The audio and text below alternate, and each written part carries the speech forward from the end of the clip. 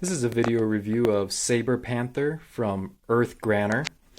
So this is a Japanese toy line. So here's a look at the box.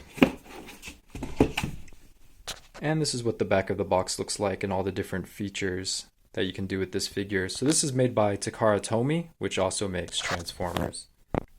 Here's a size comparison with a bunch of other Takara figures. He's about 9.5 inches to the top of his head. And just for fun, this is what he looks like with a bunch of other Black Warriors from my collection. Saber Panther is actually a remold of Lion Cheetah. So they have a lot of similar parts that are just remolded. The transformation's exactly the same. You can especially tell that there's a lot of similarities on the pants. The legs are mostly almost entirely the same except for these knee pads. And then the Panther's face is only a little bit different than the cheetah's face, but they share a lot of the similar parts. And Saber Panther has a lot of options he can do with his accessories. So he comes with this large crow that fits onto his back, so it makes it a very intimidating looking X pattern on his back. But you can also raise these up to make kind of a more ornamental four swords kind of pattern.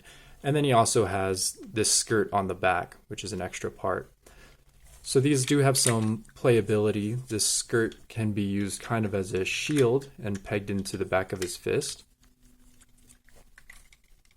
And then the crow can also be used as kind of a boomerang or a cross weapon, and also what looks like a large ninja star. And then it can also fold in to make kind of a scissors double sword weapon. So I like posing him with this double swords and kind of this shield gauntlet on his hand. I think there were a couple missed opportunities with the accessories on this figure. He is kind of a shogun or samurai kind of figure, so I think he definitely should have come with a katana. This is one from my collection that he doesn't come with. I think that just really completes his look and makes him look more intimidating. So I think a sheath and a katana would have looked really good. And the teeth on this hip plate or the saber kind of weapon, I think they do come off. They can be pinned into the back of the fists. But I think these weapons would have looked a lot better if they had handles and could have been used as kind of like sickles for him to fight with. I think that would have really improved his look and made these look more intimidating rather than just pegging them onto the back of the fists. So as for how he feels in hand, he feels really good, like a good Sentai or Power Rangers figures. He's very solid, has a good weight to him, but unlike Sentai figures, he has really excellent articulation.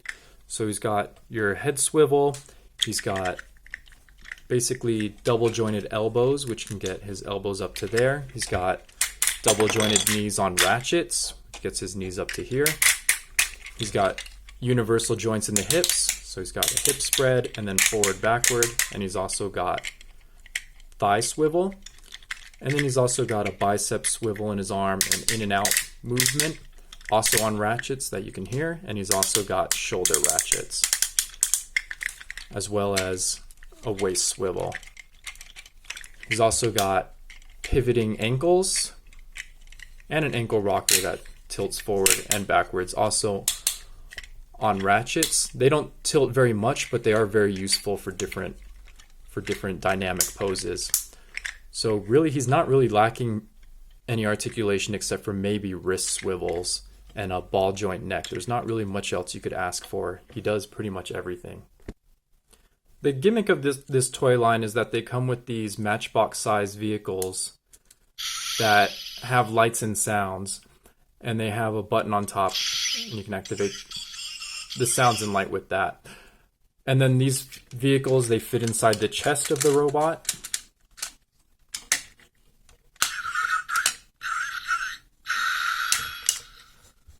And then when you press down on the robot's head, it presses the button on the top of the vehicle, and you get the lights and sounds gimmick to activate. So it's a pretty fun gimmick. The vehicles are sold separately, and each Earth Granner has a couple of different vehicles that are compatible with them. Though they can all be swapped out, but there's some that are custom made for that specific robot. So the transformation is pretty simple. First thing you do is you unlatch the two different animals by separating them. So we'll start with the panther. So first you take off these claws from its feet. And then you just rotate the hips and then peg the feet together. And then you just rotate the panther's head. I know it's hard to see because it's black. And that's basically what the panther looks like. It's a little bit underwhelming. It doesn't look much like anything. And then for comparison, this is what the cheetah looks like next to him. You can see that they're almost completely identical. The head is slightly different, but there are some differences. And then the knee pads here are different, and that's about the only changes they made other than the paint. One other thing I want to point out is on the bottom of the feet, there's these peg holes, which makes me think that these robots will combine with other robots later on, because currently there's no accessories that really fit on the bottom of their feet. The crow on the back has a really simple transformation. Basically, you just fold the wings together and then fold them back a little bit, and that's what the crow looks like, which is considered a separate animal. And then you have the saber tooth. So first thing you do is slide down the chest piece. You can rotate the head back and then pivot that backwards. Unhinge the wheels from the back of the shoulders and then ratchet down the shoulders, and then those fold back and then clip into place. And then you do the same thing on the other side, and from there you're just going to fold up the fists and the forearm section, and they're going to peg in to the side of the vehicle, to the chassis. And then you just fold the fists in. And then finally you take the accessories from earlier, kind of this extra shield piece, so it has a bit of parts forming, and you fold that in front of the saber-tooth's face, and then you put the teeth on.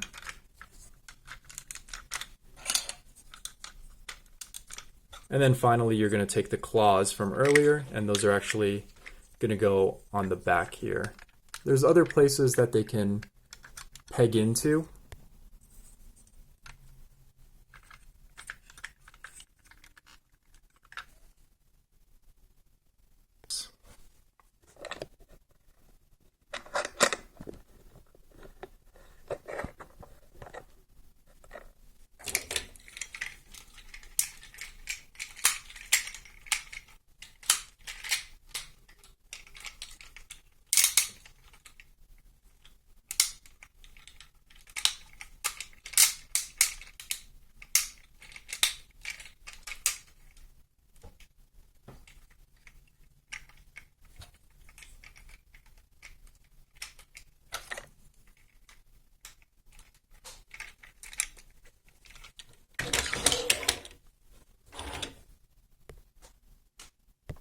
And this is how the panther and the saber-tooth look together. And I like that the crow has a couple of different places where it can rest on the other vehicles. It can clip into the front bumper of the saber-tooth there, or it can clip into these little peg holes on the shins.